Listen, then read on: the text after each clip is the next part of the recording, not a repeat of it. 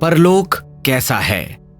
यह अन्यत्र बताया गया है कि परलोक का दूरी से कुछ भी संबंध नहीं है। क्षय किरणें, एक्सरेज ठोस पदार्थों को चीरती हुई पार हो जाती हैं।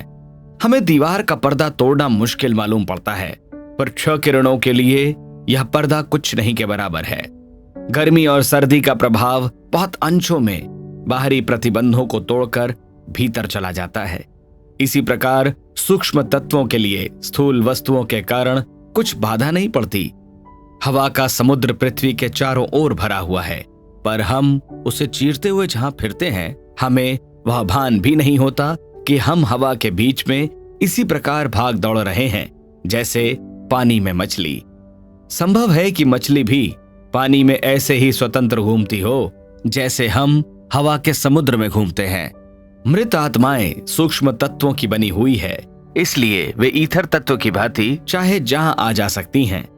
उसके निवासी स्वेच्छानुसार चाहे जहां भूमि, जल, पर्वत, ग्रह, नक्षत्र आदि के बीचों बीच या ऊपर नीचे भी रह सकते हैं और अपने रहने के लिए सब प्रकार की सुविधाएं वहां उत्पन्न कर सकते हैं। यह जानना चाहिए कि मृत प्राणी के साथ उसके विचार, स्वभाव, विश्वास और अनुभव भी जाते हैं। घरों में रहने, कपड़े पहनने, भोजन करने आदि की क्रियाएं जीवित मनुष्यों को जीवन भर करनी पड़ती है, इसलिए उनके यह विश्वास सुदृढ़ हो जाते हैं। यह बात एक साधारण मनुष्य के विचारों के बाहर की है कि कोई मनुष्य बिना घर, वस्त्र और भोजन के भी रह सकता है। जैसे विश्वासों के कारण सूक्ष्म शरीर और इंद्रियां उत्पन्न हो जाती हैं, वैसे ही विश्वासों के आधार पर परलोकवासी के लिए गृह, वस्त्र, आहार विहार की भी व्यवस्था हो जाती है। वे समझते हैं कि हम घरों में रहते हैं, कपड़े पहनते हैं और भोजन करते हैं। यह सब पदार्थ उनकी भावना स्वरूप होते हैं। यदि कोई परमहंस सन्यासी निर्जन वन में वस्त्र रहित और कंद मूल फल खाकर निर्वाह करता हो, तो उसका परलोक भी वैसा ही होगा। भूत प्रेत किन्हीं विशेष स्थानों पर ठहर जाते हैं, किंतु साधारण क्रम के अनुसार चलने वाले प्राणी स्थान संबंधी बंधन में नहीं बंधते। वे एक स्थान पर रहते हैं, किंतु वह स्थान चाहे जहां हो सकता है। स्त्री और पुरुष का लिंग भेद बना रहता है। विश्वासों के आधार पर यह भी निर्भर है, जो पुरुष स्त्री भावना का आचरण करते हैं या जो स्त्रियां पुरुष भाव को हृदयंगम करती हैं, वे कुछ काल नपुंसक की दशा में रहकर लिंग परिवर्तन कर लेते हैं और अगला जन्म परिवर्तित भावना के अनुसार होता है। यह अपवाद है। साधारणतः लिंग परिवर्तन करने की किसी जीव की रुचि नहीं होती। शरीर संबंधी अयोग्यताएं परलोक में हट जाती हैं और वे प्रायः तरुण दशा को प्राप्त हो जाते हैं, क्योंकि यह योग्यताएं मन की नहीं वरन एक शरीर में भी कुछ समय की हैं। इसीलिए इन शारीरिक अयोग्यताओं का मन पर अधिक प्रभाव नहीं पड़ता। परलोक में इच्छा करने पर कोई जीव किन्हीं दूसरे जीवों से मिल भी सकता है। इच्छा होने पर ही वे दूसरे परलोकवासी दिखाई देते हैं और उनसे विचार परिवर्तन करना संभव होता है। यह मिलन दो चेतनाओं का मिलन होता है। विचारों का आदान प्रदान ही हो सकता है।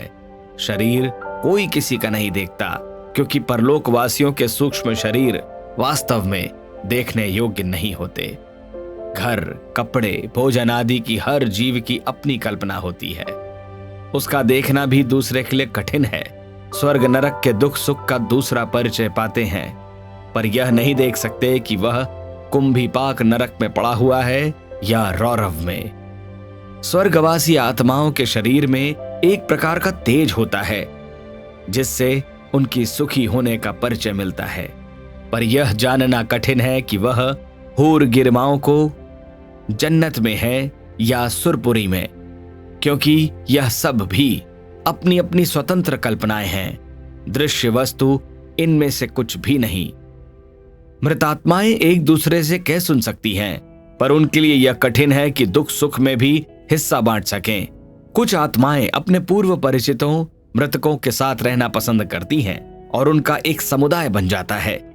ऐसे समुदाय नीचे लोक में ही होते हैं। उच्च लोकवासी जन्म जन्मांतरों में आकर्षित प्राणियों के साथ अपने संपर्कों का ध्यान करते हुए इन भ्रम बंधनों की व्यर्थता को समझ जाते हैं और मोहजाल में दूर रहते हुए आत्मोन्नति का एकांत प्रयत्न करते हैं। आत्माएं किसी बाड़े में या किसी अन्य शासन के अधिकार में नहीं रहती। जीवों पर उनकी अंतरात्माओं का ही शासन होता है। श्राद्ध करने या स्मारक बनाने का पुण्य फल उनके करने वालों को ही प्राप्त होता है। यह दान पुण्य परलोकवासी की कुछ विशेष सहायता नहीं कर सकता, क्योंकि इन उदार कार्यों के करने में अपना कुछ हाथ थोड़े ही है। यह निश्चय है कि पुण्य फल का अदला बदला नहीं हो सकता।